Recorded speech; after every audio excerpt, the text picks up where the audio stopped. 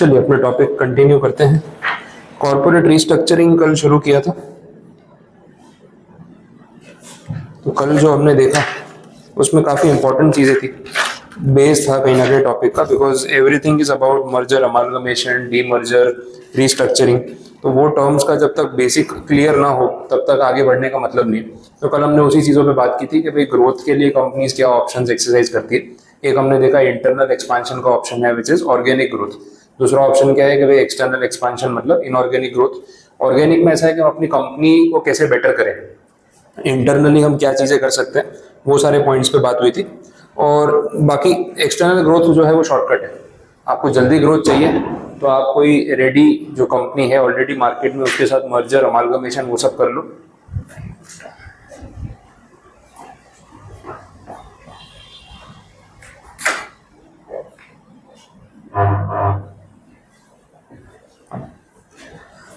तो existing companies के साथ मर्जर, अमालगमेशन, एब्जॉर्प्शन, एक्विजिशन, ये सब चीज़ों पे हम काम करके क्विक ग्रोथ कर सकते हैं। ऑर्गेनिक ग्रोथ या इंटरनल ग्रोथ में टाइम लगेगा, वो एक्सपेंशन करने में आपको बहुत एफर्ट करना पड़ेगा। नया प्रोडक्ट लाइन, नया मार्केट सेगमेंट ढूंढना, नेटवर्क चेन एस्टैब्लिश करना, सर्विसेज डेवलप करना, ऑटोमेशन पे जाना जो अभी तक आपने नहीं किया है, तो इट विल टेक टाइम। वो ग्रेजुअल प्रोसेस है, बट अदरवाइज आप क्विकली ग्रो करना चाहो तो अपने पास मर्जर, अमालगमेशन, ये सब ऑल्टरनेटिव्स थे। अब फिर ये टर्म्स के बीच में कंपैरिजन चल रहा था कि यार मर्जर क्या है, अमालगमेशन क्या है, एब्जॉर्प्शन, एक्विजिशन क्या है। तो हमने कल एक वो वेन डायग्राम जैसा बना के देखा था जिससे आपको क्लैरिटी आ जाए कि इन टर्म्स का डिफरेंस क्या है। मैं वो एक बार फिर से रिपीट कर देता हूँ जो कंक्लूड हमने किया। भाई जो पूरा स्पेस है, merger is the widest term, इसके अंदर सब कुछ ही आ जाता है, ये बात हमने की थी। अब इसके अंदर कुछ स्पेसिफिक पॉइंट्स हैं, जैसे एक बात हो रही थी अमालगमेशन। तो अमालगमेशन में हमने देखा A plus B equal to C, ये वाली कैटेगरी, प्लस एब्जॉर्प्शन, ये भी अमालगमेशन की डेफिनेशन में इन्होंने साथ में कवर किया हुआ है, जहाँ पे A प्लस बी या तो A होगा या फिर B होगा, ये बात हुई थी। तो ये जो सारी कैटेगरी है ये मर्जर का ही एक स्पेसिफिक टाइप है या स्पेशल केस है। अच्छा, एक अमालगमेशन के साथ एक और टर्म था कंसोलिडेशन, उसमें भी वही बोला है कि नई कंपनी ही बनती है, तो वो भी सिमिलर लाइंस पे हो गया वैसा है। तो ये दो पॉइंट्स तो इसमें कवर हो गए। अब जो बचा वो बचा एक्विजिशन, तो फिर उसको अपन ने यहाँ रख दिया। भाई इसमें क्या होगा, जो A लिमिटेड है अगर वो B लिमिटेड को अक्वायर कर भी दे तो दोनों का एग्जिस्टेंस रहेगा, नाम दोनों का रहेगा, ब्रांड दोनों का रहेगा, किसी की आइडेंटिटी खत्म नहीं हो रही। लेकिन यहाँ पे क्या हो रहा है ना, दोनों अपनी आइडेंटिटी लूज कर रहे हैं। एब्जॉर्प्शन में क्या हो रहा है, कोई एक अपनी आइडेंटिटी लूज कर रहा है। तो मर्जर जो है वो तो एक होलसम या कॉम्प्रिहेंसिव टर्म है जिसके अंदर सब कुछ ही आ गया, बट उसके स्पेशल टाइप्स जो है वो यहाँ पे आपको दे रखे हैं। अगर ये चीज क्लियर है तो कल की सारी थियरी अगर आपने रीड की होगी तो आपको लैंग्वेज मैच करती हुई मिल गई होगी। अब इसकी लैंग्वेज जो कल मैंने आपको बोला था एक बार पढ़ लेना, उसमें से कोई पॉइंट में लैंग्वेज में कहीं कोई कंफ्यूजन, किसी सेंटेंस में डाउट हो कि नहीं रिलेट हुआ, ऐसा कुछ है, क्लियर है, पता चल गया ये बस। तो ये माइंड में रखेंगे तो प्रॉब्लम नहीं आएगा। रीस्ट्रक्चरिंग के बारे में भी कल हमने बात की थी, financial, market, technological, organisational. Financial restructuring में भाई पैसा चाहिए। अब इसके अलग अलग रीजंस है, देखो या तो नुकसान में जा रहे हैं, बहुत बार क्या होता है फंसे हुए होते हैं ना, तो और पैसा डाल के निकलना पड़ता है। मार्केट में भी लोग ये करते हैं, शेयर्स में पैसे फंस जाते हैं ना कि यार पीक पे खरीद लिया था, नुकसान हो गया, अब क्या करें। अब देखो अगर आपके पास टाइम है कि you can hold some shares, हो सकता है ना बहुत सारी कंपनीज में, कोई भी एग्जांपल ले लो, जोमेटो का एग्जांपल चल रहा था तो अभी कंपनी का नाम चेंज कर दिया उन्होंने। जोमेटो का ऑफिशियल नेम कुछ पता है कहीं पड़ा, जैसे फेसबुक ने मेटा कर दिया ना, वैसे जोमेटो ने रिसेंटली अभी 1-2 महीने में नाम चेंज किया है, कहीं न्यूज में पढ़ा हो, इटर्नल नाम रखा है कंपनी का। Now it is Zomato is a part of the company, क्योंकि सिर्फ जोमेटो नहीं है, पहले क्या था जोमेटो उनका लिस्टेड नेम था, स्टॉक एक्सचेंज पे अगर खरीदने जाओगे तो Zomato is a listed name, उन्होंने इसको चेंज करके इटर्नल कर दिया। रीजन बीइंग कि जोमेटो अब उनका वन ऑफ द ब्रांड हो गया। ब्लिंकिट एक बहुत बड़ा पार्ट है कंपनी का जहाँ से उनका रेवेन्यू जनरेट हो रहा है। और बात यह है कि जो कोर बिजनेस था फूड डिलीवरी, आज की डेट में जोमेटो का कोर बिजनेस फूड डिलीवरी नहीं है, जबकि आप उसी से जानते हो उसको, जबकि उसका कोर बिजनेस हो गया ग्रोसरी और उसका डिलीवरी जो ब्लिंकिट से कर रहे हैं। बिकॉज टोटल रेवेन्यू में ना 50% से ज़्यादा शेयर, 65% शेयर तो ब्लिंकिट का है, क्योंकि रेस्टोरेंट से खाना लोग उतना फ्रीक्वेंटली नहीं मंगवाते जितना किराने का सामान घर पे मंगवाते हैं। तो बिकॉज ऑफ दैट ना उनका रेवेन्यू बढ़ गया। तो उन्होंने बोला कि यार एथिकली और टेक्निकली जोमेटो नाम रखना और उसके अंडर ब्लिंकिट चलाना, थोड़ा वो कॉन्ट्राडिक्टरी है बिकॉज दोनों बिजनेस ही अलग है। इन्होंने क्या किया, जोमेटो को अपनी कंपनी का एक पार्ट बना दिया। पहले जोमेटो ही कंपनी थी, अब नाम रख दिया इटरनल। अब इटरनल के अंदर एक ब्रांड है जोमेटो, एक ब्रांड है ब्लिंकिट, और भी उनके ब्रांड्स हैं जो अलग अलग सर्विसेज प्रोवाइड करते हैं। तो एक पूरा ना ग्रुप बन गया कि भाई eternal is the parent name. जैसे मेटा में फेसबुक आ गया, मेटा में व्हाट्सएप आ गया, मेटा में इंस्टाग्राम आ गया, सेम वे में इन्होंने नाम चेंज करके इटरनल कर दिया। अब आपने ना, हाँ डिस्ट्रिक्ट भी आया अभी, वो नया लॉन्च कर दिया, that is again part of the same company eternal. तो वो अलग थीम हो गई ना, वो टिकट बुकिंग और जो इवेंट बुकिंग है उसमें वो लोग कर रहे हैं, डिस्काउंट्स ऑफर कर रहे हैं। तो वो भी एक सेगमेंट है जिसमें वो लोग अपना एक्सपांशन या डाइवर्सिफिकेशन कर रहे हैं वैसा।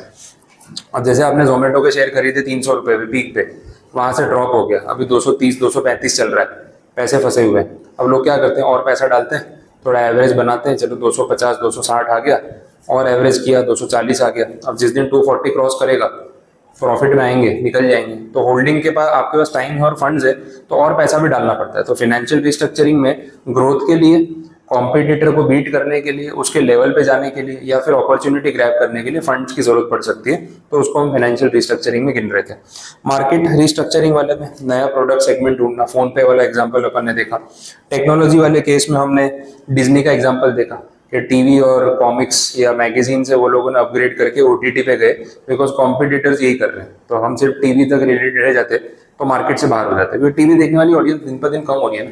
अब टीवी होता भी है सामने तो भी लोग मोबाइल में मैच देख रहे होते हैं, वो कन्वीनियंट हो गया ना। तो स्मार्ट टीवी स्टार्ट करने में इतना स्लो है ना, आराम से शुरू होगा, वाईफाई कैच करेगा, फिर ऐप लोड होगी, इतने में तो फोन पे ना 4 ओवर निकल जाएंगे, तो टाइम लग जाता है उसमें। तो उससे बेटर वही है। दूसरा, ऑर्गेनाइजेशन रिस्ट्रक्चरिंग में कितने एम्प्लॉयज को रखना है, कितने को हटाना है, तो ये सारी चीजें टाइम के साथ आप मैनेज कर सकते हो। फर्स्ट चैप्टर में बाकी थियरी तो अपन ने डिस्कस की थी, types of merger and everything. एक अमालगमेशन में डेफिनेशन खाली मैंने आपको बोला था कि मैं डिस्कस करवा दूंगा, पेज 13 पे है। कंपनीज एक्ट में जो डिफाइन किया नहीं, कंपनीज एक्ट तो सेफ चल रहा है, बोले छोड़ो यार, समझ ही नहीं आ रही क्या डिफाइन करे। इनकम टैक्स ने बोला यार हमें डेफिनेशन देनी पड़ेगी, फिर टैक्स कैसे लगाना है, किससे वसूल करना है, थोड़ा देखना पड़ेगा। तो उन्होंने इसको डिफाइन किया है, देख लो, बहुत हैवी डेफिनेशन नहीं, काफी सिंपल है। इनकम टैक्स एक्ट का सेक्शन नंबर 2 है, वो डिफाइन कर रहा है अमालगमेशन को। इसमें इन्होंने बोला, in relation to a company, amalgamation means the merger of one or more company with another company, or the merger of 2 or more companies to form one company, जिसको हम अमालगमेटिंग कंपनी और अमालगमेटेड कंपनी का नाम दे रहे। कल बात हुई थी इसके ऊपर भी वैसा है। In such a manner that all the property of the amalgamating company or companies immediately before the amalgamation becomes the property of the amalgamated company by virtue of amalgamation. Simple बोला, अमालगमेटिंग कंपनी की सारी property अमालगमेटेड company की हो जाएगी, सारी asset लेके जाएंगे, simple term है। दूसरे पॉइंट में बोल रहे हैं सारी लायबिलिटी भी लेके जाएंगे। इस अमालगमेशन की वजह से अमालगमेटिंग कंपनी की सारी लायबिलिटीज अमालगमेटेड कंपनी को ट्रांसफर हो जाएगी, इजी। थर्ड पॉइंट में बोल रहे हैं जो शेयर होल्डर्स हैं उसमें कितने शेयर होल्डर्स ऐसे होंगे पुरानी कंपनी के या अमालगमेटिंग कंपनी के जिनको नई कंपनी के शेयर मिलेंगे, मतलब वो लोग अपना होल्डिंग मेंटेन करेंगे, दैट इज 3/4 इन वैल्यू। तो जो कंपनी बंद हो रही है उसमें से कम 3/4 इन वैल्यू वाले शेयर होल्डर ऐसे होने चाहिए जिनको नई कंपनी के शेयर मिलेंगे। इसका मतलब है उन्होंने अप्रूवल दिया है कि हम इस अमालगमेशन के लिए रेडी है, ये वैसी बात होगी। 75% और 3/4 इन वैल्यू। इन वैल्यू क्या होता है, नंबर क्या होता है, ये बात अपन पहले एग्जीक्यूटिव लेवल पे भी कर चुके हैं कि 100 में से 75 शेयर होल्डर्स का होना जरूरी नहीं है, 100 में से 30 भी चलेंगे, लेकिन वो जितने 30 लोग हैं उनके पास जो होल्डिंग है उसका टोटल 3/4 इन वैल्यू से ज्यादा होना चाहिए। तो भाई जितनी भी कैपिटल थी कंपनी की उसका 3/4 से ज्यादा ये लोग होल्ड कर रहे हैं, तो नंबर में ये लोग कितने भी वो मैटर नहीं करता। तो share holders holding not less than 3/4 in value of the shares in the amalgamating company or companies become shareholders of the amalgamated company by virtue of this amalgamation। तो वो कॉमन शेयर होल्डिंग मेंटेन होना चाहिए। This is the third condition. तो बहुत simple, सारी asset लेके जाएंगे, सारी लायबिलिटी लेके जाएंगे, 75% in value of the share holder common रहेंगे, वैसा ये कंडीशन है। इसके बाद क्या बोल रहे हैं, otherwise then as a result of the acquisition of the property of one company by another company pursuant to the purchase of such property by the other company or as a result of the distribution of such property to the other company after the winding up of the first mentioned company। winding up different चीज होगी। Amalgamation में कल वो case law में बात भी हुई थी कि अमालगमेशन और वाइंडिंग अप का इंटेंशन अलग होता है। तो एक होता है कि कंपनी बंद हो गई, वाइंड अप हो गई और उसकी असेट्स हमने खरीद ली, तो वो अमालगमेशन नहीं है। लेकिन जिस कंपनी की हम असेट ले रहे हैं उसकी लाइबिलिटीज भी ले रहे हैं और उसके शेयर होल्डर्स को अपने शेयर्स भी दे रहे हैं, ये तीनों कंडीशन फुलफिल होती है तो अमालगमेशन माना जाता है। वैसा है तो वो तीनों कंडीशंस में ना बीच में कहीं और नहीं लिखा है, 1 2 3 तीनों पॉइंट्स की बात हो रही है, ये सब कुछ फुलफिल होगा ना तो अमालगमेशन है। और वाली कंडीशन नहीं है कि तीनों में से कोई भी एक फुलफिल हो गई तो अमालगमेशन, वैसे नहीं होगा, तो वो ध्यान रखने वाली बात है। अमालगमेशन इंक्लूड्स एब्जॉर्प्शन, ये रहा, वो मैंने मेंशन कर ही दिया ना, अमालगमेशन में एब्जॉर्प्शन इंक्लूडेड है। कल ही अपन ने ये एंड में कंक्लूड कर लिया था। पहले मैं जब सर्च कर रहा था तो मैंने मर्जर का पार्ट उसको मान लिया था, लेकिन अमालगमेशन के साथ उसको लिंक नहीं किया था, बट इन्होंने हर जगह लिंक किया है तो डिफाइंड। ICAI ने इसके लिए एक स्टैंडर्ड डिफाइन किया, अकाउंटिंग स्टैंडर्ड 14, जो अमालगमेशन के बारे में बात करता है। तो इसे रेफरेंस दिया हुआ है, उसका अभी कोई डेप्थ में यहाँ पे पार्ट नहीं आने वाला वैसे। ठीक है, तो ये सारे पॉइंट्स थे जो डिस्कस करने बाकी थे। इसके अलावा बाकी सारी चीज़ें अपन ने देख ली है, मैनेजमेंट, बाई आउट और ये सब पॉइंट्स पे बात हो गई। मर्जर एक्विजिशन के बहुत सारे एग्जांपल्स भी थे इस चैप्टर में, वो भी हमने देखे थे। टाटा ग्रुप वाला केस, एयर इंडिया वाला केस, एयर इंडिया बहुत स्ट्रेटेजिकली टाटा ने बाई आउट किया और बोलते हैं ना एकदम मुफ्त के दाम में मिल गया, क्योंकि इतनी नुकसान वाली कंपनी क्या ही पैसे मिलेंगे, सीधी बात है। टाटा ने इन टोटल 3500 करोड़ स्पेंड किया टू अक्वायर एयर इंडिया, उसमें भी पूरा अपफ्रंट पेमेंट नहीं है, कुछ पार्ट फ्रंट पे है और बाकी का वो लोग कुछ पार्ट्स में देने वाले हैं या सिक्योरिटीज के फॉर्म में, वैसा है। तो कंपनी को बहुत चीपर रेट पे इतनी बड़ी एयरलाइन कंपनी मिल गई। और ये इसमें भी यही स्टोरी थी कि एक टाइम पे एयर इंडिया टाटा की ही थी, टाटा एयरलाइंस ही थी, और कंपलसरी उसको नेशनलाइज किया था, पूरा टर्न अराउंड हो गया with in few years. 1970s में इंदिरा गांधी गवर्नमेंट ने JRD टाटा को फोर्स किया था कि भाई आपकी प्राइवेट एयरलाइन कंपनी को नेशनलाइज करो। तब एरा अलग था, तब ऐसा था कि सरकार को पैसा चाहिए था, कमाई चाहिए थी, अथॉरिटी चाहिए थी। इंडिया में प्राइवेट फैमिली है, प्राइवेट कंपनी अपनी एयरलाइन चला रही है और सरकार के पास एयरलाइन चलाने की कोई फैसिलिटी नहीं है, तो ये कैसे चलेगा। तो नेशनलाइजेशन प्रोग्राम चलाया, सारी प्राइवेट कंपनीज को सरकारी में कन्वर्ट किया, वो एक टाइम था। तो टाटा के हाथ से एयरलाइन चली गई। अब तब के टाइम में ऐसा था ना, JRD टाटा और इंदिरा गांधी दोस्त थे, एकदम फ्रेंडली रिलेशन था, तो JRD टाटा ना भी नहीं बोल पाए और इंदिरा गांधी ने इंसिस्ट करके थोड़ा फोर्स कर दिया। He was not happy about this nationalisation, क्योंकि उन्होंने इंडिया में एयरक्राफ्ट का बिजनेस लाने वाले ही JRD टाटा, बिकॉज पूरा वर्ल्ड घूमे हुए थे, बाकी सारे कंट्रीज, फ्रांस, इटली, ये सब जगह घूमे, वहाँ से पढ़ाई की, वहाँ बिजनेस किया, तो ही न्यू कि एयरलाइन सिस्टम काम कैसे करता है। तो आज की डेट में इंडिया में जो एयरलाइन का सिस्टम है, जो सर्विंग स्टाफ है, एयर होस्टेस वाला जो पूरा स्टाफ है, या जो बाकी का पूरा क्रू है, उनकी ड्रेसिंग, उनका प्रेजेंटेशन कैसा होना चाहिए, ये सब कुछ डिजाइन करने वाले JRD टाटा, उनकी पर्सनल एयरलाइंस में टाटा कंपनी। फिर वो एयर इंडिया बना। अब एयर इंडिया वापस घाटे में चला गया। आज की डेट में सरकार का पॉइंट ऑफ व्यू उल्टा है, गवर्नमेंट बोलती है हमको गवर्नेंस करना है, हमको बिजनेस नहीं करना है। बिजनेस करने के लिए प्राइवेट सेक्टर कंपनीज है। अब देखो, एयरपोर्ट चलाने के लिए अदानी को दे दिया, पोर्ट चलाने के लिए अदानी को दे दिया, बहुत सारे कॉन्ट्रैक्ट्स रिलायंस को दे दिए, तो बड़ी बड़ी कंपनी में बांट रहे। तो टाटा को बोला एयर इंडिया आप ले लो वापस, हम तो बेच रहे हैं, क्योंकि 50,000 करोड़ का लॉस था एयर इंडिया के ऊपर। तो इतनी बड़ी कंपनी, इतना बड़ा लॉस, हर रोज का गवर्नमेंट को कुछ 2 करोड़ रुपए का नुकसान हो रहा था पर डे। एक दिन और एयर इंडिया होल्ड करो, 2 करोड़ का नुकसान, तो पूरे साल में नुकसान कहाँ तक जाएगा। बोले यार लेके जाओ, 2 करोड़ भी नहीं, बड़ा नंबर था, बोले लेके जाओ इसको। तो टाटा ने वो बहुत सस्ते में खरीद लिया। अब टाटा ने जो किया है ना, स्ट्रेटेजिकली बहुत सोच समझ के किया, बिकॉज टाटा ऑलरेडी एविएशन में है। टाटा की डायरेक्ट कोई एयरलाइंस नहीं है, लेकिन दूसरी कंपनीज में इन्वेस्टर है, एक विस्तारा में है और एक एयर एशिया में है। तो ये नाम तो आपने सुने होंगे। अब विस्तारा और एयर एशिया जॉइंट वेंचर था, एक में सिंगापुर की कंपनी उनके साथ जॉइंट वेंचर में थी विस्तारा में, और एयर एशिया में भी कुछ ऐसे ही केस था। धीरे धीरे करके टाटा ने सारा स्टेक उनके हाथ से ले लिया, बाई आउट करते गए। अब एयर एशिया कंप्लीटली टाटा का है, विस्तारा भी कंप्लीटली टाटा का है, और एयर इंडिया भी टेक ओवर कर लिया। अब इनके पास ना एक पूरा सिस्टम है, 3 एयरलाइन कंपनियों की मालिक एक ही कंपनी है, तो रिसोर्सेज का शेयरिंग कितना ईजिली हो सकता है। एयर इंडिया के नाम पे इतनी ज़मीनें, इतनी प्रॉपर्टियां वेस्ट पड़ी है जिसका यूटिलाइजेशन नहीं हो रहा। टाटा ने लिया, टर्न अराउंड शुरू किया। अब वो सर्विसेज में आपको डिफरेंस दिखता है, सरकारी एयरलाइन और प्राइवेट एयरलाइन वाला, तो उसको रिवाइव करने में लगे। अब स्टाफ भी कॉमन है, उनको जहाँ चाहे जैसे यूज़ करना है करे, प्रॉपर्टी भी कॉमन है। अब एयर इंडिया की ज़मीन पे विस्तारा का प्लेन पार्क करेंगे तो कोई फर्क थोड़ी पड़ रहा है। तो जो सिनर्जी बेनिफिट है ना, उसका वो यूज़ करने के लिए इन्होंने ये सारी चीज़ें एक्विजिशन के नाम पे किए। वैसे तो ये बड़े बड़े ब्रांड्स में ये सब चीज़ें होती रहती है, ये बताया हुआ है। ठीक है, तो चैप्टर नंबर 1 में जितना कंसेप्ट था वो सारा अपन ने देख लिया। आपके कोई थियरी में और कोई डाउट्स आ जाए तो ठीक है, अदरवाइज तो ये पार्ट यहाँ पे कंप्लीट। कुछ पूछना हो इस पार्ट में तो बता दो। क्लियर है? तो 1.1 वाला टॉपिक अपना कंप्लीट हुआ। अब देखो 1.2 डीमर्जर है। मैं अभी डीमर्जर पे नहीं जा रहा हूँ, मैंने सोचा कि काम करते हैं, थोड़ा नॉन टॉपिक लेते हैं तो आपका भी फ्लो अच्छा आ जाएगा उसमें। तो मर्जर अमालगमेशन में ना हमने रिस्ट्रक्चरिंग की बात की, फाइनेंशियल रिस्ट्रक्चरिंग। चैप्टर नंबर 3 और 4 जो है ना, या 1.3 और 1.4 वो उसी के ऊपर बेस्ड है। तो 1.3 is financial restructuring, 1.4 is buyback. तो ये सब अपन ने पहले भी पढ़ा हुआ है, तो आपको रिलेटेबल भी लगेगा। तो पहले ये टॉपिक्स पे चलते हैं। तो पेज नंबर 28 पे आ जाओ।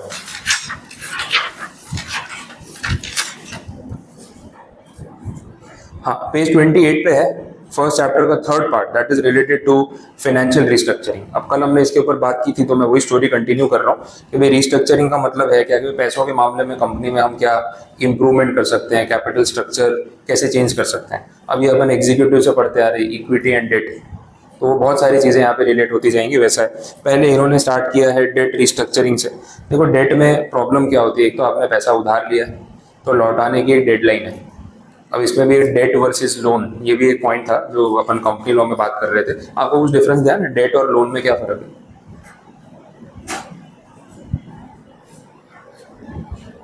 न्यू सिलेबस में है कंपनी लॉ में, ओल्ड वाले में नहीं था ये पॉइंट। न्यू वाला अगर आपने पढ़ा हो, ध्यान में है कुछ?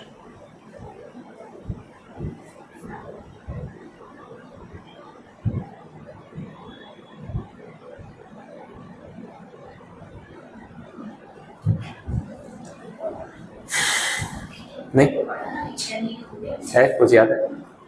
डेट और लोन में डिफरेंस ये था कि जब आप लोन ले रहे हो ना, तो you have to pay back in EMI, instalments. Principal भी पे करना पड़ता है एवरी मंथ और इंटरेस्ट भी।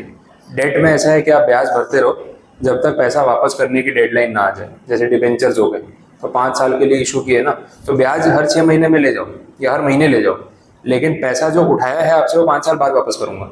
लोन में कैसा है, मंथली इंस्टॉलमेंट, तो मंथली हर इंस्टॉलमेंट में प्रिंसिपल भी तो रीपे हो रहा है और इंटरेस्ट भी तो रीपे हो रहा है, वो दोनों चीजें पैरेलल चलती है। ये वैसा हो गया, तो ये पॉइंट है। अब देखो बाकी चीजें हैं, तो मेन क्या हो रहा है, डेट रिस्ट्रक्चरिंग का प्रॉब्लम कब आता है, जब कंपनी ने पैसा बहुत सारा उठा रखा है, ब्याज रेगुलर भर रहे हैं, जब तक बिजनेस चल रहा है, कमाई अच्छी हो रही है, टेंशन नहीं है। लेकिन जब कमाई ऊपर नीचे होती है तो प्रॉब्लम आ जाती है। तो रिस्ट्रक्चर करने में हम जो लेंडर है उसके साथ नेगोशिएट कर लेते हैं कि यार या तो एक काम करो, आप इंस्टॉलमेंट्स का अमाउंट कुछ प्लस माइनस कर दो, रीशेड्यूल कर दो, टर्म जो है वो बढ़ा दो, ताकि हमें पे करने के लिए टाइम मिल जाए। तो majorly that is one part. दूसरा ये होता है कि हम डेट ओनर्स को ये भी ऑफर कर सकते हैं कि आप है ना डेट के बदले इसको प्रेफरेंस या इक्विटी में कन्वर्ट करा लो। Conversion is also restructuring. इससे क्या होगा ना, हमारा इंटरेस्ट कॉस्ट कम हो जाएगा। इंटरेस्ट कॉस्ट कम होगा, that will result into profitability, और वो प्रॉफिट एज एन इन्वेस्टर आपके ही काम आएगा, क्योंकि अब आप भी इक्विटी शेयर होल्डर हो। तो कहीं ना कहीं आपको एग्जिट भी मिलेगा, इन फ्यूचर आप शेयर बेच के निकल भी सकते हो, और आपके पैसे जो यहाँ फंसे हुए हैं ना वापस आ जाएंगे, क्योंकि हमारा ब्याज का खर्चा कम हो जाएगा। तो ये मेन टॉपिक है यहाँ पे जो डेट रिस्ट्रक्चरिंग में डिस्कस हो रहा है। बाकी इन्होंने सब बेसिक थियरी यूज कर ली, डेट में क्या क्या आता है, long term borrowing, short term borrowing, वो सारे पॉइंट्स ले लिए जो अपन जानते हैं। लास्ट में बोला डेट इक्विटी स्वैप, वही पॉइंट हो गया, डेट को इक्विटी में कन्वर्ट करना। तो सारे नोन टॉपिक्स हैं, नया कुछ नहीं बोला है। इसके बाद नेक्स्ट जो आ रहा है ना, दैट इज इक्विटी रिस्ट्रक्चरिंग। इस पे ज्यादा फोकस है कंटेंट वाइज देखे तो। इक्विटी रिस्ट्रक्चरिंग आपका कंपनी लॉ का रिपीट टॉपिक है। इसमें जो नाम दे रखे हैं देखते ही याद आ जाएगा, alteration of share capital, reduction of share capital और बाईबैक। सेक्शन 61, 66, 68 ये सब अपन ने कंपनी लॉ में पढ़ा है। तो मैं एक बार वो चीजें आपको वापस से याद करवा देता हूँ, तो क्या शॉर्ट नोट वाइज रिकॉल भी हो जाएगा, क्योंकि है तो एग्जाम में भी वापस आंसर आ ही सकता है। तो एक बार डिस्कस कर लेते हैं, आपको रिलेट होता जाएगा। पेज नंबर 30 पे है ऑल्टरेशन ऑफ शेयर कैपिटल। देखिए सेम आंसर है, एग्जैक्टली रिपीट है। ऑल्टरेशन ऑफ शेयर कैपिटल का मतलब क्या है, तो स्टार्टिंग में उन्होंने मीनिंग समझाया। इट मींस इंक्रीज और डिक्रीज इन और rearrangement of the share capital which is permitted by articles. An increase or decrease in the share capital may be carried out as and when the company requires, thus leading to an alteration in the company share capital. Simple बात हो गई। Section का reference आ गया 61, जिसके basis पे alteration explain किया हुआ है कि भाई कंपनी को ऑल्टरेशन का पावर आर्टिकल्स के थ्रू मिलता है। ये आपके लिए एग्जाम में कंस्ट्रक्टिव पॉइंट है लिखने वाला कि आर्टिकल्स के बेसिस पे ऑल्टरेशन होता है। एक पॉइंट तो बन गया। बाकी देखें ऑल्टरेशन ऑफ शेयर कैपिटल होता कैसे, उसके तरीके बता दिए। फर्स्ट बोला ऑथोराइज शेयर कैपिटल बढ़ा दो। ऑथोराइज शेयर कैपिटल मतलब जो मैक्सिमम लिमिट होती है, जो मेमोरेंडम में हम लिखवाते हैं कि मैक्सिमम कितनी कैपिटल हम रेज कर सकते हैं, अपन कैपिटल क्लॉज में मेंशन करते हैं। अब ऑथोराइज कैपिटल कोई कितनी भी लिखवा सकता है, लिखवानी तो है, पैसा उठाया थोड़ी ना है। अगर आप ज़्यादा ऑथोराइज कैपिटल लिखवाते हो तो एक तो स्टैम्प ड्यूटी ज़्यादा लगती है, बिकॉज मेमोरेंडम में जो स्टैम्प ड्यूटी लगती है ना वो एड वैलोरम लगती है ऑथोराइज कैपिटल के रेशियो में। तो अगर आप सोचोगे 100 करोड़ लिखवा दो, 1000 करोड़ लिखवा दो, अच्छा लगेगा देखने में, बड़ी कंपनी है तो स्टैम्प ड्यूटी ज़्यादा जाएगी। दूसरा, अपन ने कंपनीज एक्ट में सेक्शन 60 पढ़ा था, मैंने आपको बताया था उसमें कि भाई अगर आप कहीं पे ऑथोराइज कैपिटल कोट करते हो तो आपको साथ में ना वो subscribe capital, paid up capital भी कोट करना पड़ेगा। तो 100 करोड़ लिखा के 2 करोड़ उठाए ना मार्केट से तो पूरा लिखना पड़ेगा 100 crore authorise capital, paid up capital 2 crore, तो असली वैल्यू पता चल जाएगी 2 करोड़। 100 करोड़ दिखाने के लिए अगर आप लिखवा रहे हो तो उसका कोई फायदा नहीं है वैसे। तो ये नहीं किया तो पेनल्टी थी वहाँ पे, वो हमने देखा हुआ है। तो पहले तो ऑथोराइज कैपिटल को बढ़ाना, दैट इज ऑल्ट्रेशन। दूसरा बोला कंसोलिडेशन। सारे शेयर्स आपके जितने रुपए के भी हैं, मान लो 10-10 रुपए की फेस वैल्यू के शेयर्स हैं, तो सबको मर्ज करके पहले तो टोटल अमाउंट क्रिएट कर लो, फिर उसको आप डिवाइड कर लो लार्जर डिनोमिनेशन में, मतलब 10 रुपए की फेस वैल्यू को आपने 100 रुपए का बना दिया। कंसोलिडेशन का मतलब वही है।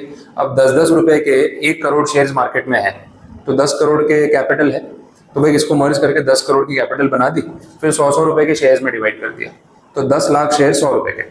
बात वही है, पर पहले था 1 करोड़ शेयर 10 रुपए के, अब हो गया 10 लाख शेयर 100 रुपए के, तो वैल्यू सेम हो गई।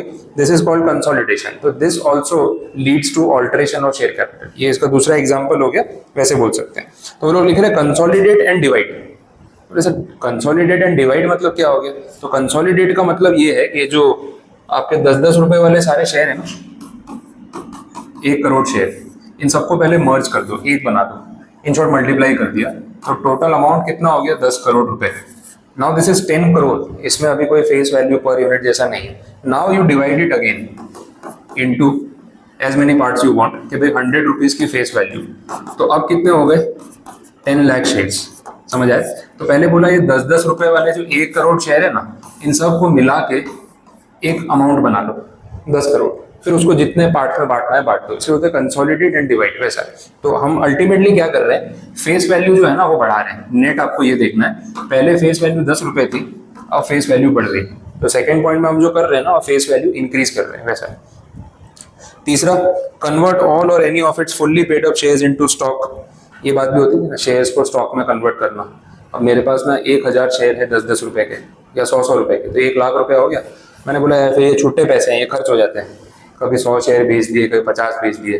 कंपनी को बोला एक काम करो, मुझे 1 यूनिट बना के दे दो इसका, 1 लाख रुपए का एक स्टॉक, ताकि अगर बेचना हो तो मैं या तो 1 लाख का पूरा बेचूं या ना बेच पाऊँ, वो जुड़ा हुआ रहेगा। अपन करते हैं ना, छुट्टे पैसे पड़े होते हैं पॉकेट में, 10-20-50 की नोट तो ऐसे खर्च हो जाती है ना, पता भी नहीं चलता। 5000 भी खर्चा हो गया तो दिखेगा नहीं, बट लोग क्या करते हैं, फिर छुट्टे पैसे नहीं रखने आए, 10-20-50 को मर्ज करके 500 की नोट बना देते हैं। 500 वाली नोट जल्दी टूटेगी नहीं, तो सेफ रहेगी। वैसा तो ये सेम चीज यहाँ पे भी होती है, conversion off fully paid up share into stock and vice versa. Fourth point है सब डिवाइड। सब डिवाइड रिवर्स हो गया। जैसे अभी आपने क्या किया, 10-10 रुपए के शेयर्स को मर्ज करके ना 100 रुपए का बना दिया। इस केस में उल्टा हो रहा है, 100 रुपए का जो शेयर है ना उसको स्प्लिट अप कर दिया, 50-50 के 2 बना दिए। ये भी तो हो सकता है, दिस इज ऑल्सो ऑल्टरेशन, ये हम कर सकते हैं। बहुत बार कंपनी जैसे स्प्लिट अप करती है, 2 रुपए की फेस वैल्यू उसको 1 रुपए का कर दिया। अभी रिसेंटली मैं कोई कंपनी का पढ़ रहा था, बजाज फाइनेंस, अभी रिसेंट न्यूज़ है, 2-3 दिन पहले ही उन्होंने बोला कि ये लोग दोनों कर रहे हैं, एक तो बोनस शेयर ऑफर कर रहे हैं और दूसरा शेयर स्प्लिट अप भी कर रहे हैं। तो उनका शेयर है ना 2 रुपए की फेस वैल्यू का है, उसको 1 रुपए का बना रहे हैं, तो क्या होगा, आपकी क्वांटिटी डबल हो जाएगी और फिर उस पर आपको बोनस भी दे रहे हैं, तो और क्वांटिटी मल्टीप्लाई हो जाएगी। तो जिसके पास 100 शेयर है पहले तो उसके 200 हो जाएंगे, फिर उस पर कोई 4:1 का बोनस दे रहे हैं तो 800 हो जाएंगे, तो प्राइस और फॉल हो जाएगा, पर यूनिट प्राइस तो गिरेगा।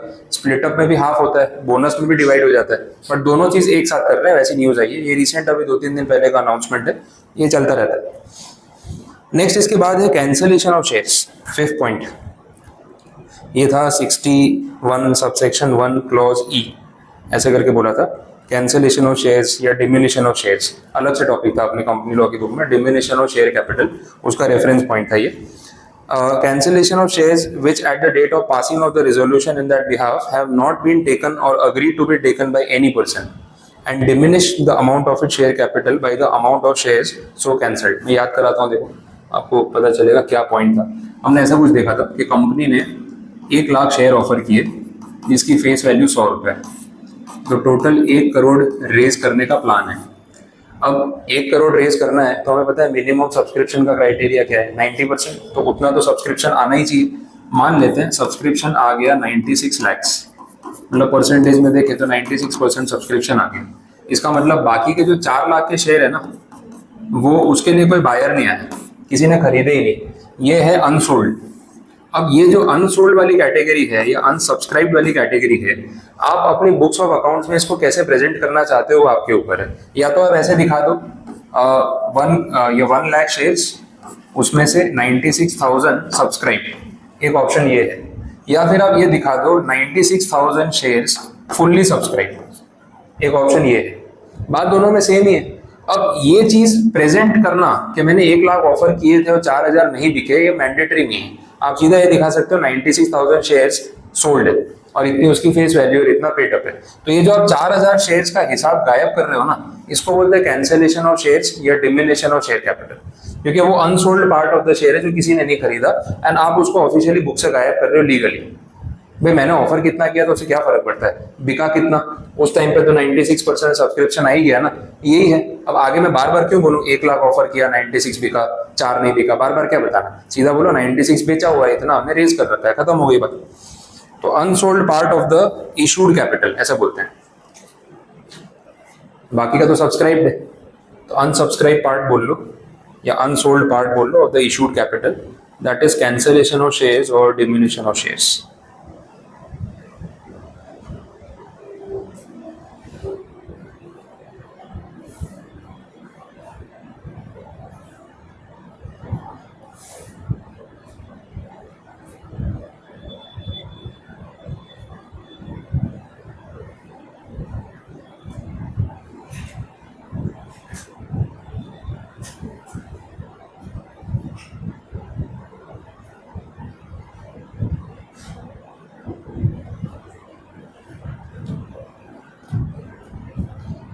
बोल बात समझ आई। तो ये जो रेफरेंस है ना इसका, this is section 61 subsection 1 clause ई। वो यहाँ पे 5th पॉइंट बना दिया उसका, लेकिन वो क्लॉज ई ऑर्डर में चल रहा है, ए से लेके एफ तक, तो उसमें ई क्लॉज है स्पेसिफिक। अपन ने इसको ना कंपनी लॉ में अलग से पढ़ा था, एक छोटा टॉपिक था यही चैप्टर में, डिमिनिशन ऑफ शेयर कैपिटल, तो एक छोटा सा आंसर था, वो यही reference. The cancellation of share shall not be deemed to be a reduction of share capital. ये भी याद करा देता हूँ, अननेसेसरी फालतू की बातें परेशान करते रहते हैं। रिडक्शन ऑफ शेयर कैपिटल का सेक्शन है 66, उसमें आपको अलग अलग चीज़ें बताई हुई है, with the sanction of the court, without the sanction of the court. इसमें एक था सरेंडर ऑफ शेयर्स, है ना, 4 फीचर, ये एक आंसर था, उसके ऊपर ही वो आंसर था डिमिनिशन वाला। अब ये ऐसा बोल रहे हैं कि भाई देखो जो कैंसिलेशन ऑफ शेयर्स वाला पॉइंट है या डिमिनिशन ऑफ शेयर कैपिटल वाला पॉइंट है, वो हमने यहाँ रखा है, तो इसको यहाँ पे मत गिनना। तो इन शॉर्ट सेक्शन 66 जो है ना वो रिडक्शन की बात करता है, ये कैंसिलेशन की बात करता है। रिडक्शन में हमने वो सरेंडर 4 फीचर स्पेसिफिक पॉइंट्स रखे हुए हैं, तो जो कैंसिलेशन है उसको हमने यहाँ रखा है। तो जस्ट बिकॉज वो यहाँ पे लिस्टेड है, don't count it in this list. ये नहीं भी बोलते तो हम नहीं करने वाले थे, हम 61 की चीज को 66 में क्यों काउंट करेंगे। तो ये जो सेंटेंस में लिखा है कि the cancellation of shares shall not be deemed to be a reduction of share capital, भाई ठीक है, ओके, दैट मीन्स कैंसिलेशन को आप यहीं पे रखो, इधर मत लेके जाना।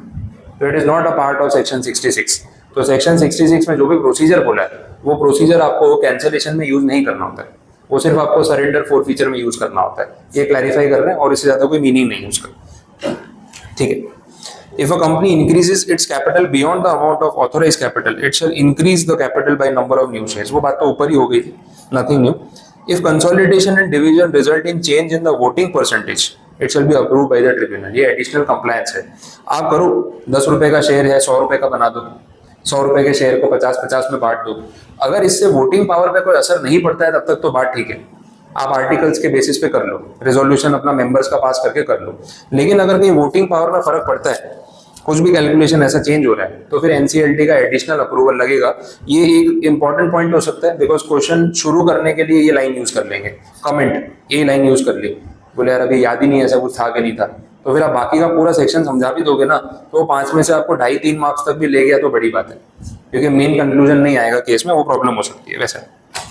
चलो देखें आगे, आ गया अगला आंसर आपका, रिडक्शन ऑफ शेयर कैपिटल। ये भी मैं आपको पूरा रिकॉल करवा देता हूँ, मैं कुछ भी आपके भरोसे पे नहीं चल रहा हूँ कि आपको याद होगा, लेकिन मुझे पूरा भरोसा है कि आप भूल चुके होगे अभी तक। हाँ, रिकॉल करवाता जाऊंगा तो आपको याद आ रहा होगा, यहाँ पढ़ा तो था ऐसा, बट अब इतना सारे सिलेबस में ना चीज़ें थोड़ा माइंड से निकल जाती है। ऐसा तो नहीं कि आपके पास पढ़ने के लिए कम चीज़ें, तो मैं उतना एक्सपेक्टेशन लेके नहीं चल रहा हूँ। चलो रिडक्शन में देख लेते हैं। रेफरेंस का सेक्शन वही है 66 वाला। कैपिटल रिडक्शन के कुछ स्पेसिफिक तरीके होते हैं। शॉर्ट में देखना है तो आप सीधा नीचे एग्जाम्पल में देख सकते हो, ऐसा ही एग्जाम्पल पहले भी पढ़ा था।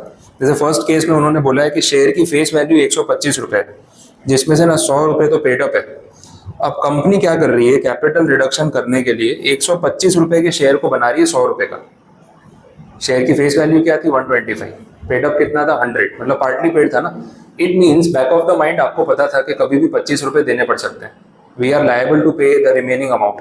बट मैंने आपको बोला कि एक काम करो, हम कैपिटल रिडक्शन कर रहे हैं सेक्शन 66 में। आप है ना 125 का शेयर है ना, उसको आप 100 का मान लो और बाकी के 25 हम भूल जाते हैं। तो अब ऐसा हो गया कि now the face value of the share is 100 rupees and 25 is waived of, नहीं देना है, भूल जाओ। तो ये क्या हो गया, कैपिटल रिडक्शन।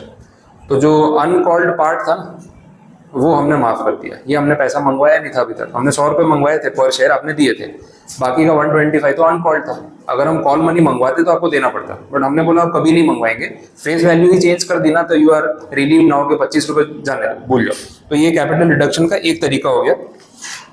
दूसरा बोला है कि शेयर की फेस वैल्यू 100 रुपये है। अब जो बैलेंस शीट होती है ना अपनी, ये उससे रिलेटेड पॉइंट हो गया।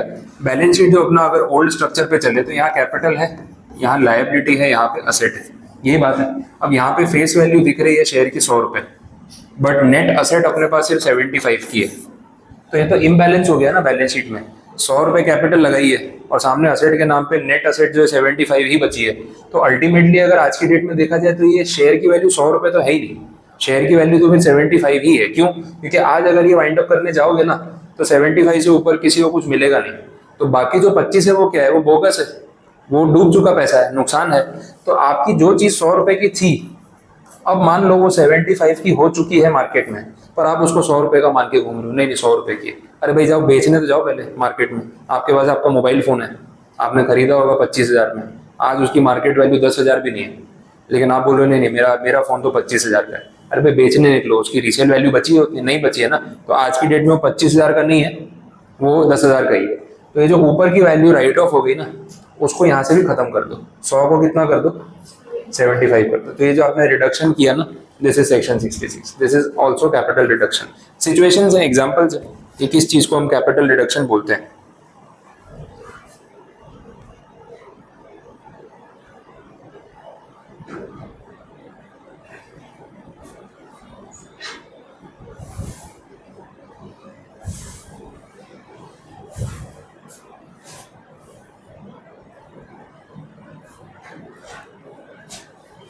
ठीक है, तीसरा case, the shares of face value of ₹100 each fully paid up reduce to face value of ₹75 each by paying back ₹25। तीसरी सिचुएशन है, ये आपको अब रिकॉल हो रहा होगा, ऐसे एग्जाम्पल्स थे। भाई 100 रुपये का शेयर आपका फुल्ली पेड अप था, अब मैं बाईबैक नहीं कर रहा हूँ। बाईबैक में तो क्या पूरा शेयर दे दो, पूरे पैसे ले जाओ, ये पार्टली बाईबैक हो गया। मैंने बोला देखो मुझे पर शेयर 100 रुपये की जरूरत नहीं है, 75 में भी काम चल जाएगा। तो बोले क्या फर्क पड़ रहा है 75 और 100 में? डिविडेंड का फर्क पड़ता है, क्योंकि अगर मैं आपके पूरे 100 रुपये लेके बैठा हूँ और 100 रुपये का यूज नहीं हो रहा है, तो एक चीज़ तो ये है ना कि रिटर्न ऑन इन्वेस्टमेंट कम दिखेगा परसेंटेज में। मैं जो प्रॉफिट 75 रुपये से भी कमा के दे सकता हूँ आपको, उसके लिए मैंने आपसे 100 रुपये ले रखे हैं। तो 75 पे जो प्रॉफिट दिखता है परसेंटेज में ज़्यादा दिखता है, बट 100 पे वही प्रॉफिट परसेंटेज में कम दिखेगा। वो मैथ्स वाला पार्ट हो गया। और इन्वेस्टर्स को ना ये चीज़ नज़र आती है, ROI जो निकलता है ना, अभी वो ऐसा है, आपने जो फेस वैल्यू पर मुझे 100 रुपये दिया ना, अगर इस रेशियो पे मैं गिन रहा हूँ तो आपका जो ROI निकल रहा है, रिटर्न ऑन इन्वेस्टमेंट, कि भाई मैंने 100 रुपये शेयर पे लगाए, मुझे कंपनी ने कितना कमा के दिया, बोले 15 रुपये कमा के दिया। तो ये परसेंटेज में कितना दिख रहा है, 15% दिख रहा है। ठीक है, अब एक्चुअली में ना आपके 100 रुपये में से मेरे पास 25 रुपये फालतू पड़े, कहीं ऑक्यूपाई नहीं हो रहे, मैं लगा ही नहीं पा रहा हूँ। तो अगर मैं आपको 25 रुपये रिटर्न कर दूँ और 75 रुपीज़ की फेस वैल्यू बना दूँ, तो एक तो मैंने 25 आपके लौटा दिया ना, योर कैपिटल इज फ्री। मैं इस 75 से भी आपको 15 रुपये कमा के दे सकता हूँ। अब आप देख रहे हो ROI में क्या फर्क पड़ा है। 75 पे 15 रुपये कितना होता है, 20%। 15/75 करोगे ना, तो दिस इज 1/5 हो गया ना, 20%। आपको दिख रहा है ROI कितना दिख रहा है, 20%। तो जब स्टैटिस्टिक्स में फाइनेंशियल डेटा में दिखता है ROI 15% एंड ROI 20%, तो इन्वेस्टर सोचते हैं यार ये तो अच्छी कंपनी है, इसके मुकाबले तो बेटर रिटर्न दे रही है। तो आपके 25 रुपये मेरे फालतू पड़े थे, यूज तो मैं इतने ही कर रहा था, तो बेटर है ना ये रिटर्न कर दो। तो इस चीज को भी हम कैपिटल रिडक्शन बोलेंगे। तो ओल्ड स्ट्रक्चर में दिख रहा होगा face value 100 fully paid up, new में दिखेगा face value 75 again fully paid up, तो 25 रुपए मैंने आपको कैश बैक दे दिया। आई बात समझ में क्लियर? तो ये पॉइंट है। तो थर्ड सिचुएशन ये हो गई।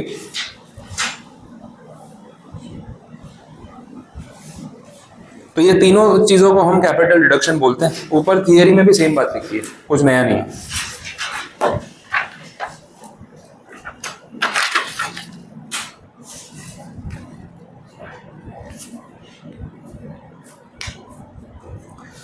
चलो आगे बढ़े। Next answer, modes of reduction of capital. देखें क्या बोल रहे हैं। एक तो बोल दिया अगर कोई भी कंपनी लिमिटेड बाय शेयर्स या लिमिटेड बाय गारंटी है जिसकी शेयर कैपिटल है, अगर आर्टिकल्स में अथॉरिटी हो तो स्पेशल रिजोल्यूशन पास करके और ट्रिब्यूनल के कंफर्मेशन पे वो कैपिटल रिडक्शन कर सकते हैं। कैपिटल रिडक्शन करने के क्या तरीके हैं, उसमें जो 3 पॉइंट्स लिखे हैं उसमें आपको इसी स्टोरी का रेफरेंस दिखेगा। एक्सटिंग्विश और reduce the liability on any of its shares in respect of the share capital not paid up. वो 125 वाला एग्जांपल, ये 25 रुपए बाकी थे ना, हाफ कर दिए मत देना, वैसा। आइदर और विद और विदाउट एक्सटिंग्विशिंग और reducing the liability of any of its shares. ठीक है, लायबिलिटी मतलब जो, एक मिनट, इसमें कौन सा केस रिलेट होगा?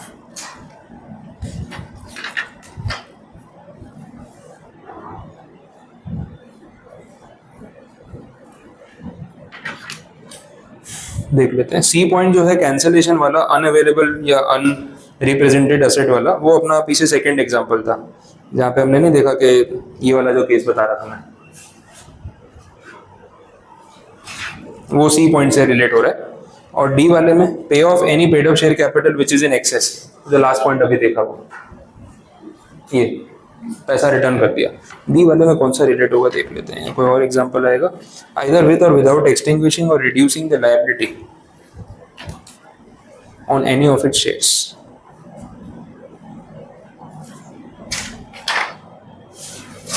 देखता हूँ मैं भी, तो कुछ एग्जांपल फ्रेम करना पड़ेगा, एक बार रिलेट कर लेता हूँ। मुझे इमीडिएट स्ट्राइक नहीं हो रहा है इसमें कौन सा पॉइंट लिंक कर सकते हैं, अभी पेंडिंग छोड़ देते हैं, कोई नहीं। नेक्स्ट देख लो, reduction of capital without the sanction of the tribunal. ये अगर आप कर रहे हो ना तो इसमें आपको ट्रिब्यूनल से पूछने की जरूरत नहीं है, कोई परमिशन लेने की जरूरत नहीं है, जबकि ऊपर लिखा था special resolution plus confirmation by the tribunal. अब इसमें पहला जो मैटर है वो है surrender of shares. Same answer अपना रिपीट है, एक बार रिकॉल करा देता हूँ। सरेंडर ऑफ शेयर्स का बेसिक मीनिंग ये था कि हम अपने शेयर्स जो है कंपनी को वापस दे रहे हैं, भाई नहीं चाहिए वापस ले लो और पैसे वापस कर दो। नॉर्मली सरेंडर जैसा कुछ होता नहीं है, इट इज़ नॉट अलाउड, इसका कोई प्रोविजन नहीं है। आपने कंपनी के शेयर आईपीओ में खरीदे, पेटीएम के शेयर खरीदे, अब पेटीएम वाले को बोल रहे भाई तेरे शेयर वापस ले ले, मेरे 2100 रुपये वापस कर दे। पेटीएम वाले बोलेगा ऐसा होता नहीं है, अब आप मार्केट में जाके बेचो। बोले वहाँ तो 800 का है, मैंने तो 2100 में खरीदा था। बोले आपका लॉस, मैंने बेचा 2100 में इसलिए था कि मुझे पता है कि वो 800 का ही है, मेरे तो निकल गया, आप देख लो, आपको जो करना है करो। तो लॉस तो फिर लास्ट में रिटेल वाले पे जा रहा है। तो सेकेंडरी मार्केट में बेचना है तो बेचो, कंपनी अपना शेयर वापस नहीं लेती कि वे पैसे वापस कर देंगे और शेयर दे देना, ऐसा कुछ होता नहीं है। सरेंडर वाली सिचुएशन ना एक ही सिचुएशन या एक सर्कमस्टांसेस में हो सकती है जहां पे आपके शेयर अदरवाइज एनीवे फॉरफिट ही होने वाले थे। तो सरेंडर सिर्फ एक ही सिचुएशन में पॉसिबल है जहां आपके शेयर अदरवाइज फॉरफिट ही होने वाले थे। फॉरफिट का मतलब क्या था कि भाई आपने शेयर के ऊपर पैसा नहीं भरा, कॉल मनी नहीं दिया, अब कंपनी का मैनेजमेंट आपको बार बार नोटिस दे रहा है, प्रोसीजर फॉलो कर रहा है और बोल रहा है कि अब लास्ट वार्निंग है, इस तारीख तक पैसा नहीं आया तो हम फोरफीचर का प्रोसीजर शुरू कर देंगे। अब फोरफीचर का प्रोसीजर बहुत थकाने वाला है, 4 बार नोटिस दो, ये करो वो करो, रिजोल्यूशन पास करो, ट्रिब्यूनल को बताओ, फिर फोरफिट करो, तो ना टाइम कंज्यूमिंग प्रोसेस है। अब ऐसा हो गया है कि जब आपको पता है कि अल्टीमेटली पैसे आप भर ही नहीं पाओगे, तो आपने कंपनी को खुद ही जाके बोल दिया, बोले देखो मैं विलफुल डिफॉल्टर नहीं हूँ, मेरे पास पैसा नहीं है, कॉल मनी आप मंगवा रहे हो, I don't have the money, आप मेरे शेयर रख लो। ठीक है, देखो अगर मैं पैसा नहीं दूंगा, 4 नोटिस भेजने के बाद आप फोरफिट ही करोगे ना, मेरा भी नाम खराब होगा कि मैंने डिफॉल्ट कर दिया। बट मैं सामने से दे रहा हूँ कि आप 4 दिन बाद जो काम करने वाले हो आज ही ले लो, मैं पैसा नहीं भर पाऊंगा। अब अगर ऐसा होता है तो कंपनी का काम आसान हो गया ना, बोले खुद इन्वेस्टर ही बोल रहा है कि उसकी फाइनेंशियल कंडीशन नहीं है, वो शेयर वापस देने आया। तो लॉ में ऐसा बोला कि इस सिचुएशन में आप उसके शेयर उसे सरेंडर करवा लो, कोई प्रॉब्लम नहीं है। बट अदरवाइज और कोई सर्कमस्टांसेस में ऐसा सरेंडर नहीं होता, ओनली सिंगल केस है वैसा। तो आपको लिखना भी उसको उसी फॉर्म में पड़ेगा कि जो शेयर्स अदरवाइज फॉरफिट होने ही वाले थे, उस सिचुएशन में अगर इन्वेस्टर सामने से सरेंडर कर दे तो it will be a time saving activity for the investor as well as the company. अच्छा, इन्वेस्टर की रेप्यूटेशन खराब नहीं होगी, वो बोलेगा यार देखो पैसों की प्रॉब्लम किसी को भी आ सकती है, मैं छुप रहा हूँ, भाग रहा हूँ, आपके फ़ोन नहीं उठा रहा, आपके नोटिस का रिप्लाई नहीं दे रहा हूँ, कोर्ट में नहीं आ रहा हूँ, तो बात समझ आती है। जब मैं जेन्युइनली आया हूँ कि यार मेरी फाइनेंशियल कंडीशन खराब हो गई, मैं पे नहीं कर पाऊंगा, आप रख लो ना, फोरफिट ही कर लो। देखो मैं ना शेयर वापस मांग रहा हूँ ना पैसे, आप शेयर्स रख लो और पैसा मत देना मुझे वापस, और क्या बोल सकता हूँ। फोरफीचर में भी तो यही होता है ना, बचे हुए पैसे आपको वापस थोड़ी मिलते हैं, जो आपने दे दिए थे वो गए, और जो नहीं दिए वो आप छोड़ दो, मत देना, वैसा हो गया। तो this is surrender. Next answer जो है, नेक्स्ट पॉइंट, उसमें उन्होंने फोर फीचर की बात तो की है लेकिन उतना डेप्थ में नहीं गए, सिर्फ नाम लिख के छोड़ दिया। तो फोर फीचर आप जानते हो। डिमिनिशन ऑफ कैपिटल की बात अपन ने अभी कर ली, तो वो भी कवर हो गया। Redemption of redeemable preference share is nothing new, preference share तो रिडीम हो जाएंगे, एक पॉइंट, लाइफ लिमिटेड है। और बाईबैक वो आगे बात होने ही वाली है। तो ये सब टॉपिक्स अपन कहीं ना कहीं पढ़ चुके हैं वैसे।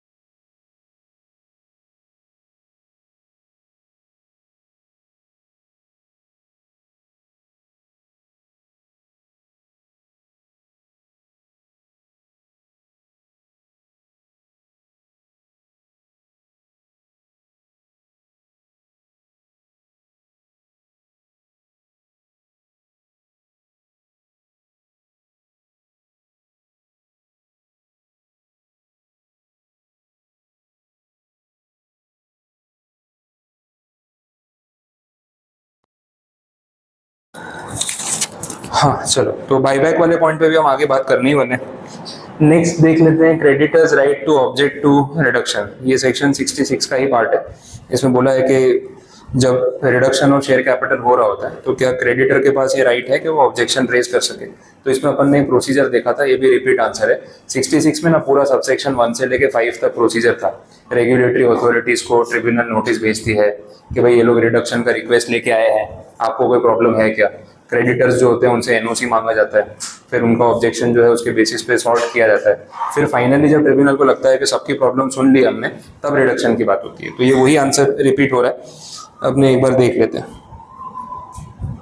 First point, after passing the special resolution the company is required to apply to the tribunal under section 66 where the proposed reduction of the share capital involves either diminution of liability or the payment of any shareholder, or in any other case, if the tribunal so directs, the following provision shall have the effect. The creditors having a debt or claim admissible in winding up are entitled to object. To enable them to do so, the tribunal will settle a list of creditors entitled to object. तो हो सकता है वो लोग objection raise कर सकते हैं, tribunal finalise करेगी कि किन के पास ये राइट होगा और किन के पास नहीं। If any creditor objects, then either his consent to the proposed reduction should be obtained or he should be paid off or his payment must be secured. तो क्रेडिटर को क्या प्रॉब्लम है ये सब चीज़ों से। हो क्या रहा है ना, आप शेयर होल्डर के पैसे वापस कर रहे हो, 100 का 75 कर दिया, 25 रिटर्न कर दिया, 125 में से 25 बाकी था, माफ कर दिया। तो ये तो कंपनी के मालिक है, तो जिन्होंने उधार दिया उनको टेंशन पता है क्या होती है, बोले मालिक अपना अपना सेटलमेंट करके कहीं गायब ना हो जाए और हम लोग लॉस में ना आ जाए। तो बहुत बार क्रेडिटर्स को टेंशन होता है ना, इसलिए लोग ट्रिब्यूनल में चले जाते हैं, भाई हमें रीअश्योरेंस चाहिए, हमारा पैसा सेफ है ना, अगर आपने रीअश्योरेंस दे दिया तो प्रॉब्लम नहीं वैसा। तो ऑब्जेक्शन उनका सुनना पड़ता है, वो बात हो जाती है। Tribunal shall give notice of every application made to it to the central government, ROC, SEBI. इन सबको वो लोग पूरा डिंडोरा पीट देते हैं जाके कि भाई देखो ये रिडक्शन के लिए आए हैं और क्रेडिटर्स का भी कुछ ऑब्जेक्शन है, आपका कोई ऑब्जेक्शन है, आप लोगों के पैसे बाकी है तो बता दो, अगर है तो अभी मामला यहाँ पे सेटल कर लेते हैं। मामला सेटल करने के बाद ही हम रिडक्शन करने देंगे, तब तक नहीं करने देंगे। तो यही मौका है, ट्रिब्यूनल के पास जैसे ही कंपनी जाती है ना, तो सारी रेगुलेटरी अथॉरिटीज अपना वसूली तब कर सकती है, क्योंकि जब तक ये नहीं होगा रिडक्शन अलाउ नहीं करेंगे। तो मैनेजमेंट को ना सारे ड्यूज क्लियर करने पड़ेंगे टू गेट द परमिशन, ये वैसी बात होती है, उसकी बात कर रहे हैं। ठीक है, और रिप्रेजेंटेशंस जो है ना वो कितने टाइम में आ जाने चाहिए, उसकी डेडलाइन भी है 3 मंथ्स। देखो सबको नोटिस तो भेज दिया, 3 महीने तक किसी का कोई जवाब नहीं आया, तो एनसीएलटी कब तक बैठा रहेगा। भाई ठीक है, ऑब्जेक्शन होता तो जवाब आ जाता, नहीं आया तो आगे बढ़ते, ये स्टोरी है। उसके बाद फिर जब सबके ऑब्जेक्शन सॉर्ट हो जाते हैं, सबके ड्यूज क्लियर हो जाते हैं, तो फिर परमिशन मिल जाती है, स्टोरी तो वही है। ठीक है, आपको लैंग्वेज एक बार गो थ्रू करनी है तो देख सकते हो। पढ़ते पढ़ते आपको याद आ भी जाएगा कि हमने सेम चीज़ देखी है। तो जस्ट बिकॉज उतना रिपीटेशन भी है तो मैं वर्ड टू वर्ड नहीं जा रहा हूँ, स्टोरी लाइन यही रहने वाली है। तो 66 वाला जो पीछे का पॉइंट है, 66 सबसेक्शन 3 सबसेक्शन 4 5, वो स्टोरी आप कंप्लीट कर सकते हो। ट्रिब्यूनल से परमिशन मिलने के बाद कंपनी जाती है आरओसी में, आरओसी को बताती है कि ट्रिब्यूनल ने अलाउ कर दिया है, हम कैपिटल रिडक्शन कर रहे हैं। कैपिटल रिडक्शन की वजह से मेमोरेंडम आर्टिकल्स में जो भी चेंज होंगे वो ऑल्ट्रेशन करके आपको नई कॉपी उनको सबमिट करनी है और उसके बेसिस पे वो रिडक्शन जो है वो रजिस्टर हो जाएगा। ये स्टोरी है, ठीक है। नेक्स्ट पॉइंट में क्या बोला, liability of members in respect of reduced share capital. देखें, on the reduction a member of the company past or present shall not be liable to any call or contribution in respect of any share held by him exceeding the amount of difference if any between the amount paid on the share or reduced amount if any which is to be deemed to have been paid thereon as the case may be and the amount of the share as fixed by the order of reduction। Simple बात है, जितना reduction हो गया अब वो पैसा थोड़ी ना देना पड़ेगा। 100 का 75 कर दिया ना, भूल जाओ, बाकी का 25 तो देना ही नहीं है। तो वो मेंबर को लायबल होल्ड नहीं कर सकते। जब रिडक्शन ही हो गया तो फिर पैसा किस बात का, अंडरस्टूड था।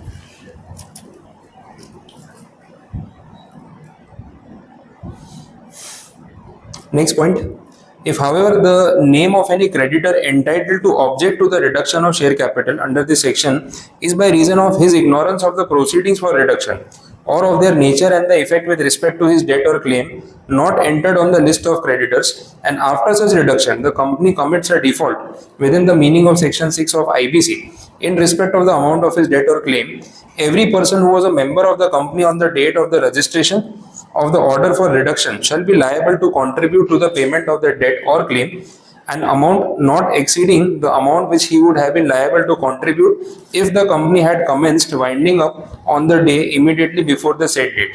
And if the company is wound up, the tribunal may, on the application of any of such creditor and proof of his ignorance as aforesaid, if it thinks fit, settle a list of persons so liable to contribute and make and enforce calls and orders on the contributory settled on the list as if they were ordinary contributories in a winding up। यहाँ situation हुई है specific और ये case बनाने लायक situation है। तो ये पूरा टॉपिक आप टिक कर लेना, इस पेज पे जो है ये जो 2-3 पॉइंट्स अपन देख रहे हैं ना, केस बनाना हो तो आराम से पॉसिबल है।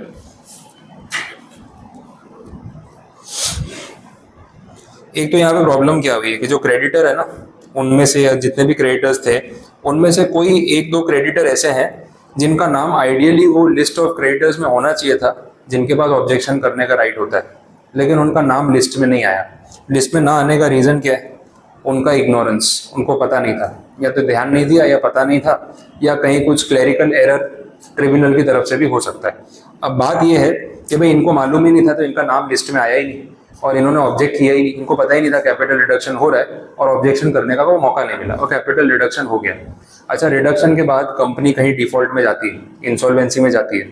अब बात क्या है, क्रेडिटर्स पैसा मांग रहे हैं। अब ये क्रेडिटर जिसको मालूम ही नहीं था कि रिडक्शन हुआ है, अब उसके इग्नोरेंस की वजह से या उसको बताया नहीं गया उस वजह से, अब वो क्या बोल रहा है कि बोले यार ये तो गलत हो गया ना, अगर मुझे तब बोला होता मैं तो ऑब्जेक्शन रेज करता, मैं रिडक्शन होने नहीं देता।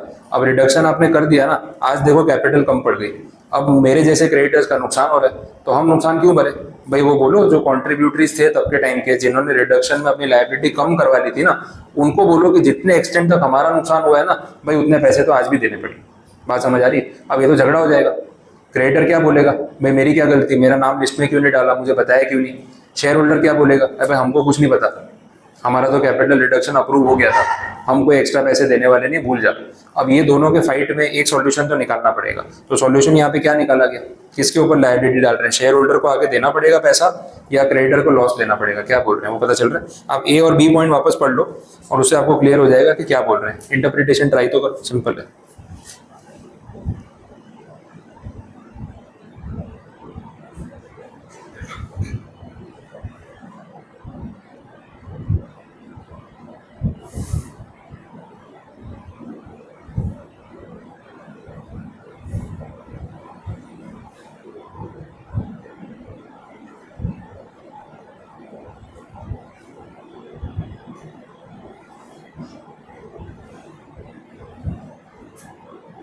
बोलो क्या बोलना चाह रहे हैं।